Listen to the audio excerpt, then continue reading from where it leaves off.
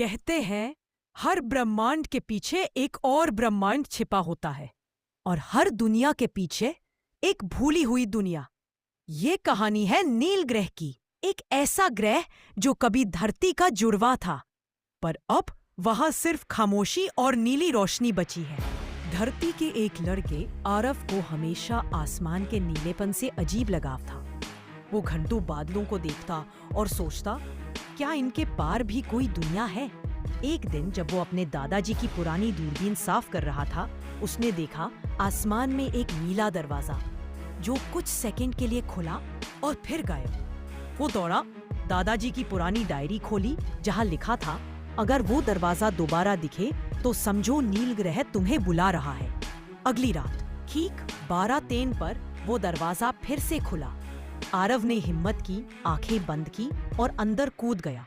जब आंखें खोली, वो हवा में तैर रहा था। नीचे एक विशाल शहर था, नीले क्रिस्टल की इमारतें, चमकते पेड़ और हवा में उड़ती नावें। सामने लिखा था, स्वागत है नील ग्रह के आखिरी शहर में। वहाँ के लोग इंसानों जैसे ही थे, बस उनकी आंखों में नीली रोशनी थी। उन्होंने कहा, हम वो लोग हैं जो धरती के सपनों से बने हैं। आरव ने पूछा, मतलब? वो बोले, जब धरती पर कोई इंसान सपना छोड़ देता है, वो सपना यहाँ जन्म लेता है। आरव के रोंगटे खड़े हो गए। मतलब ये शहर इंसानों के भूले हुए सपनों का शहर था। आरव ने देखा कि शहर धीरे धीरे बुझ रहा था। क्रिस्टल की इमारतें काली पड़ रही थी। मुख्य नीलवासी बोला, जब तक धरती पर लोग अपने सपनों पर यकीन रखेंगे, ये शहर जिंदा रहेगा। लेकिन अगर सपने मर गए तो ये दुनिया मिट जाएगी। आरव बोला, मैं कुछ करूंगा। वो दौड़ा, एक विशाल टावर पर चढ़ गया जहां एक नीली गेंद तैर रही थी, सपनों का दिल। उसने अपने बचपन का सपना याद किया, मैं एक दिन तारों तक पहुंचूंगा। गेंद चमक उठी, शहर फिर से रोशनी से भर गया। नील ग्रह के लोगों ने मुस्कुराकर कहा, अब हमें फिर से जिंदा कर दिया गया है, अब तुम लौट जाओ। आरव ने पूछा, क्या मैं दोबारा आ सकता हूँ? वो बोले, जब धरती पर कोई बच्चा सपने देखना बंद कर देगा, तब नील ग्रह फिर तुम्हें बुलाएगा। एक हल्की हवा चली, आसमान फिर से नीला हुआ और आरव अपनी छत पर था, लेकिन उसकी दूरबीन अब नीली चमक रही थी। शायद हर इंसान के अंदर एक नील ग्रह होता है, बस हमें अपने सपनों पर यकीन बनाए रखना है। एक रात आरव की खिड़की से वही नीली चमक अंदर आई। उसने देखा, उसकी दूरबीन अपने आप घूम रही थी। उस पर सिर्फ एक शब्द चमक रहा था, हेल्प। आरव का दिल तेजी से धड़कने लगा। वो बोला, कौन मदद मांग रहा है? अचानक हवा में एक आकृति उभरी।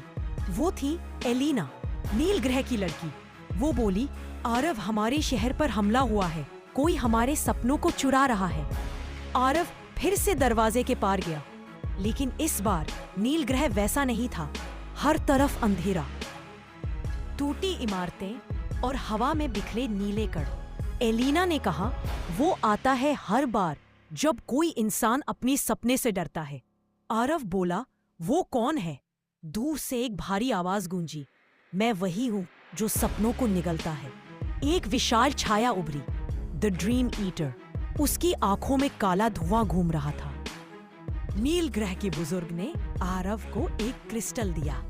कहा, अगर ये टूट गया तो नील ग्रह सदा के लिए मिट जाएगा, पर अगर तुम इसे जगाओ तो सब फिर से जिंदा हो सकता है। आरव ने पूछा, कैसे? वो बोले, तुम्हें अपना सबसे डरावना सपना सच में देखना होगा। आरव के चारों तरफ अंधेरा फैल गया।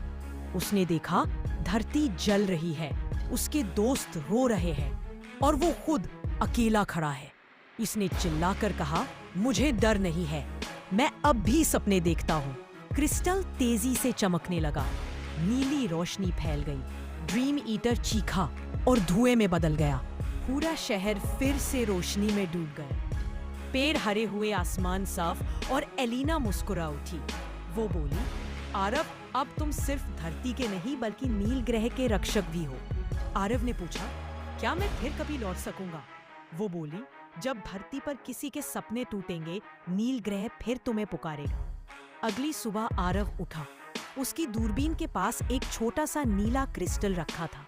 जिस पर लिखा था अंटिल नेक्स्ट ड्रीम। आरव मुस्कुराया, आसमान की तरफ देखा और बोला, मैं तैयार हूँ, जब भी बुलाओ। अगर आपको ये कहानी पसंद आई हो तो लाइक करें, शेयर करें और चैनल विस्पर टेल्स को सब्सक्राइब जरूर करें ताकि अगली जादुई कहानी आपका भी सपना बन जाए।